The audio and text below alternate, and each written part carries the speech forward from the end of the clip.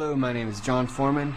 They're Grammy-nominated alt-rock band. Jon Foreman here for Switchfoot. Switchfoot is one of the hardest touring bands in the business. The San Diego Rockers have performed some 400 shows in the past 2 years and enjoyed the success of hit singles including Meant to Live and Dare You to Move. Everyone has different elements of their lives that they're passionate about. For me, the songs are kind of autobiographical, where I'm just writing a journal about my life and singing about it.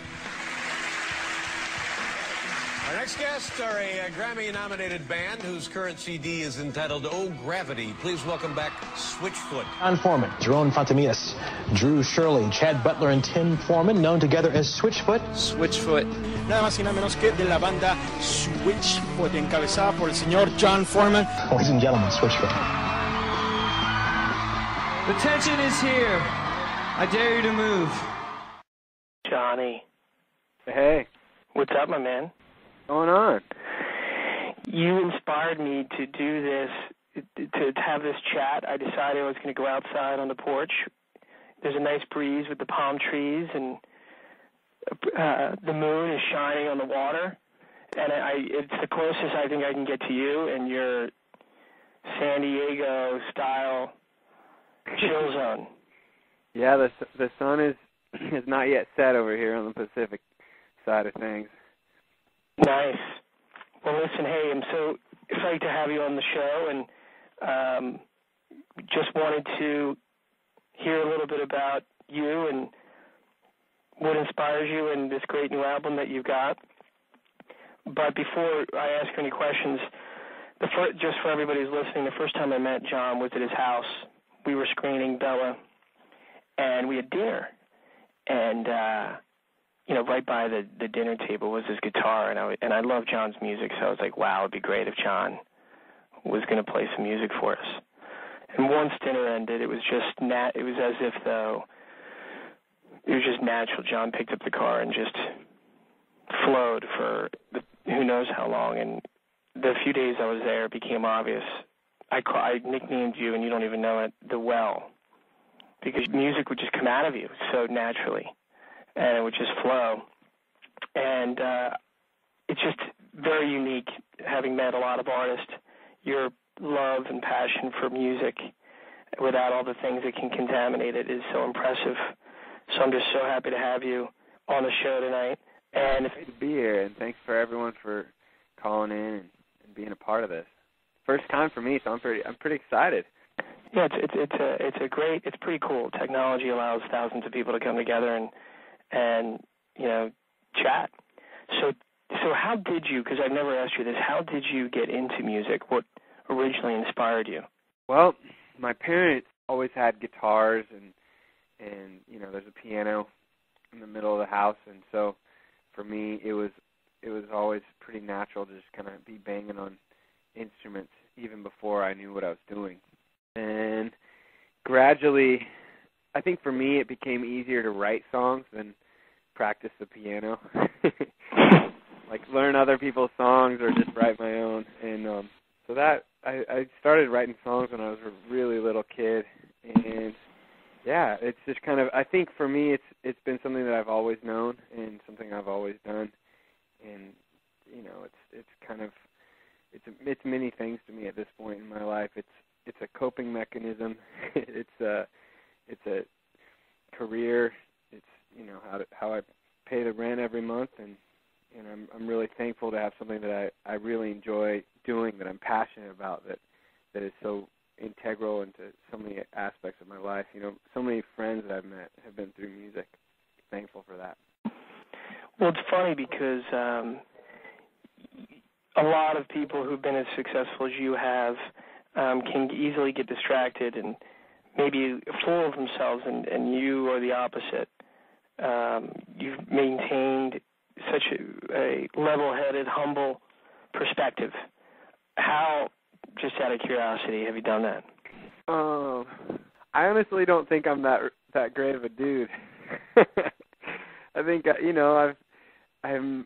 I'm very aware of my shortcomings, and I've got a good group of family and friends around me that remind me of how incredible life is, and I'm comparison how small I am, you know, in the face of it all. And I think that you need that. You need the comparison to be able to understand yourself with a right perspective, to look up at the stars or out at the ocean and realize how small you really are.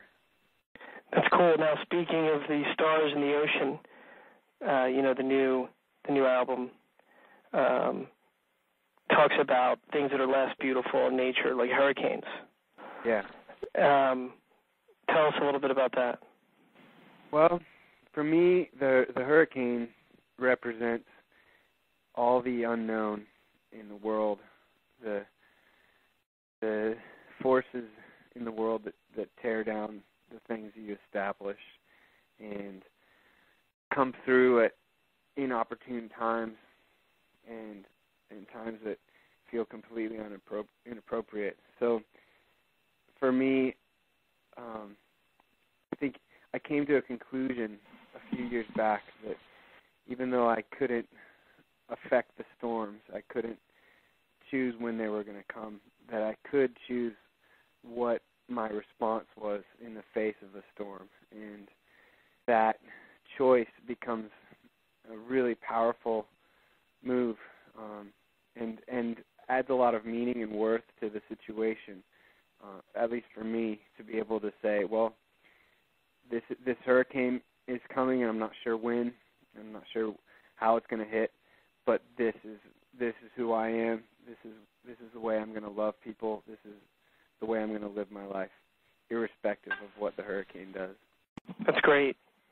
And so hurricanes in your life, how have they affected you personally? I remember the first time I experienced a hurricane was the remnants of a hurricane up in Boston. I lived on the East Coast for, I think it must have been 12 years, some time in Boston and then some time down in Virginia Beach, right on the coast. And in Virginia, I actually saw an entire community, Sandbridge, almost completely demolished with one hurricane that went through. And so you realize just how powerful the ocean is and how destructive it can be. For me, the story that I think of first when it comes to this record is a story that has its roots a little further south. We were working on a home with Habitat for Humanity in Baton Rouge on one of our tours. Habitat for Humanity, as a brief side note, is an incredible organization that's worth checking out. Even if you don't really know how to swing a hammer or do any sort of construction, it's worth looking into because they're such a great organization. But before I get bogged down in that, I'll finish the story. This lady had to leave her house in New Orleans. She left everything behind. She even lost the use of one of her limbs. She had to have it amputated. She had suffered an infection as she was leaving New Orleans, leaving her house with Hurricane Katrina. And so she was learning how to walk on a prosthetic limb. And her words of determination were, I walked out of my house in New Orleans on my own. I'm going to walk into this house on my own. And that, for me, sums up the record. Hello, Hurricane, you can't silence my love. You know, not responding with anger or bitterness, but responding with courage and love and compassion.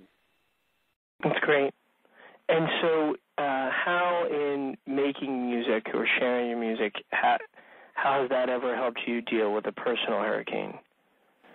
Oh, man. Music is a relief for me that I've found in very few places.